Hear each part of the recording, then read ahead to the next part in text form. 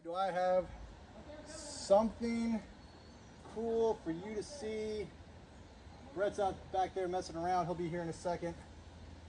But it is a cottonmouth. Look at that.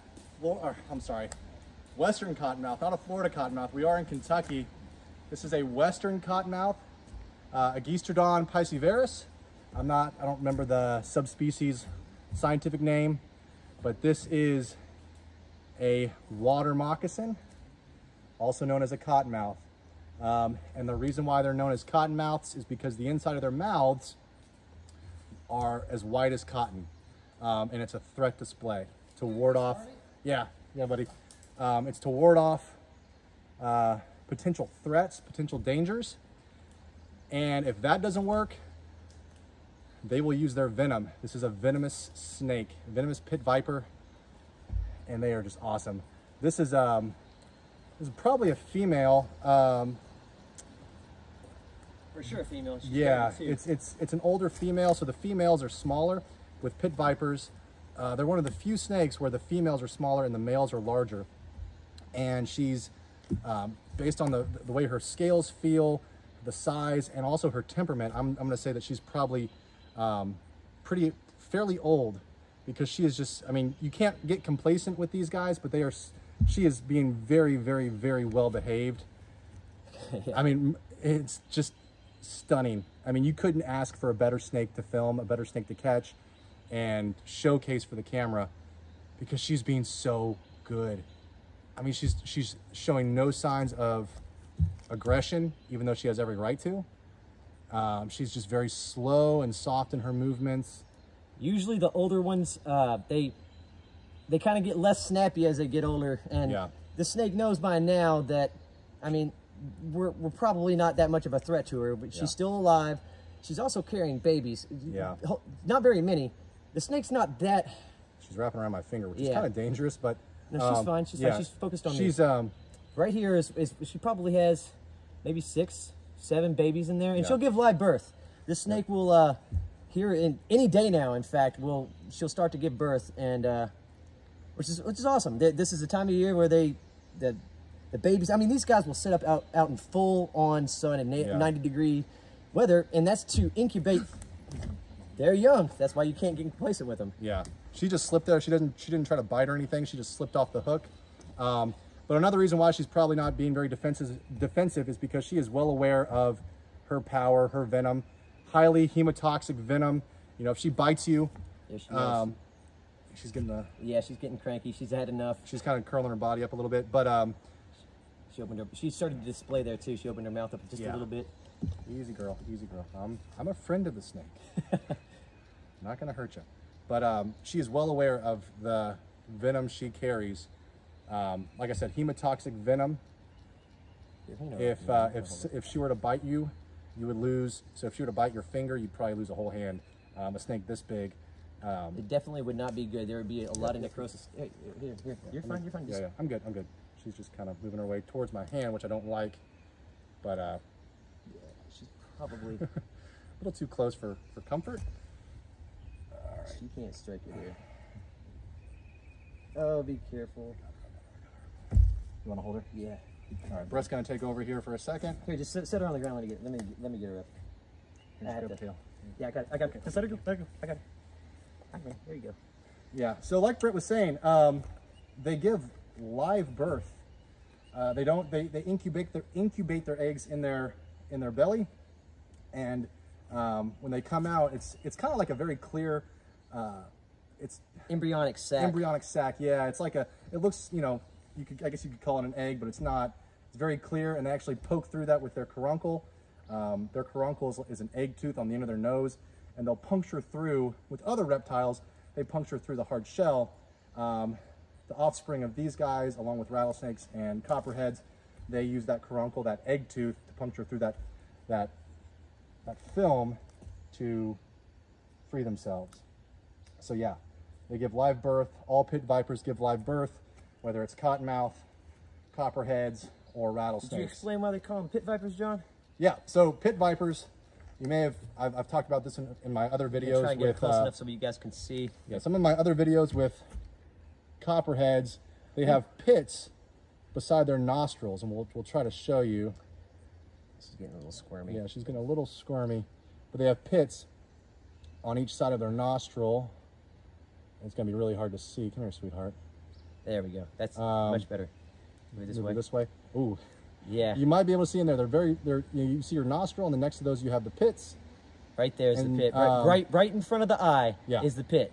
In between the eye and the nostril, that's the pit, and that's why they call them pit vipers. That allows them to see in the infrared spectrum. So, like, not only can they see in visible light, they also see in infrared light. Yep. So anything that emits heat is basically like a big glowing flare to her, and that helps her catch prey. Now with fish, it's not that her main diet will be fish and amphibians, and since they're ectothermic, just like she is, they're harder to see. But she still, I mean, these guys will also take chicks, like little ducklings. Anything, basically, I've even heard of them eating carrion, which is crazy for snakes to do. Yeah, so carrion is like roadkill, just dead animals. They will consume that stuff. It's been reported in zoos where like they'll throw like beef or chicken in their enclosure, and they will consume it, which is really odd because snakes typically like to kill their own prey. Snakes like to kill their own prey. These guys obviously use their venom. Their venom is what they use to kill their prey, and they can actually smell their own venom after biting, say, a bird or a mouse, something like that. He's talking about the specific protein it's called a disintegrin, and it basically leaves a visible trail through their stereo. They can smell in stereo. If you can wrap your head around that, it's they basically can visualize the scent trail using their tongue. And that's why it's forked at the end. It allows them to smell in stereo, so they'll actually bite the prey, release it, and the prey will go off and die somewhere, and then it will follow the scent trail that's left. Like it's basically like you tag it with like a tracking, its own little biological tracking system, and she can find prey like that. She wants all the limelight, Brett. Yeah, I know. I don't see how people are like. To me, this is such a cute animal. I mean, look at that face, flicking the tongue, trying to get a sense of the world. And that's how they do it, is they do it with that tongue. They flick their tongue out, and they have an organ at the roof of their mouths called the Jacobson organ. Helps them process information. They can taste their environment and process information using that organ. And look at the coloration. Yeah, this is a classic cottonmouth. Well, in Florida, yeah, but around here, you usually don't find them with that sort of pattern, especially at this age. At this age, that pattern sort of wears down, and it's more of a solid black color, but she's retained that pretty pattern. She's probably just shed too, of course. Yeah. Which it lightens up the pattern a lot, but that's one of the prettier western cottonmouths I've ever caught. Yeah, she's gorgeous. I live in Florida. Brett lives here in Kentucky, and where I live, you have the southern variety, the southern cottonmouth or the Florida cottonmouth. Up here, you have the western cottonmouth, and the westerns, they are a little bit duller in color. So if you look at her back, it's darker, duller. But then if you look at her side, you can see that striking, she's not cooperating anymore. You can see that striking coloration, that striking pattern. And in Florida, you get that coloration in greater detail, that pattern in greater detail all along their body. They retain that color. Tree falling down. They retain that pattern throughout their lives. Oh man, such a beautiful snake. Hey John, I have a good place to let her go at. Where? There's this hole in that tree, and it'd actually be a good picture because she's going to coil up in there. Maybe she'll even have her babies in there. It looks nice and safe. Yeah. Yeah, her belly is fat with babies. You can see the bulge in her belly. It's either babies or she just has to take a massive dump. It's hard to tell. Could be. I'm voting babies just by like it doesn't feel solid when you grab her there. It kind of feels mushy. That's another thing I wanted to touch on real quick. These guys, they also eat fish. They eat a lot of fish. And I've seen these guys before, along with other water snakes, where they will have bones protruding from their body from the fish. So it's they swallow the fish whole. They can't chew their food, so they swallow the fish whole. And sometimes the bones from the fish will come out of their stomach and puncture their skin. And that's perfectly normal for that to happen with this species, with water snakes. And That's probably why they can actually can consume carrion and not die from it, because they have excellent immune systems because of that happens a lot. And the bones just break off and it just heals right over. Yep. Just heals right over. It's an amazing adaptation. You can actually see right there. It's happened right there. If you turn the snake right, so you can see scarring right here. More than likely that was caused by a fish bone that protruded out of her abdomen. Look right there too. Yep. This will be near the stomach right here. So this is her stomach. Right here that would be her intestines. I think that's just bug bites, man. Could be from a parasite. Yeah. Or just dirt. Could just be dirt. But that is definitely, that right there that's an uneven scale. And yeah, it's here. Turn her so they can see it. 'Cause that's cool. Where's she? Where's it at? It's right there. Yeah. Okay. Put her down. I don't want to drop her. That'd be a hard drop. Okay, guys. Well, let's see here. Let me get. They move so cumbersome. I don't know if you can see that. They're so cumbersome on land. Yeah. You can definitely tell that they're a semi-aquatic snake. And their scientific name, Agistrodon piscivorus. Piscivorus literally means hooked. It means hooked tooth fish eaters. Yep. All right, guys. We're gonna release her.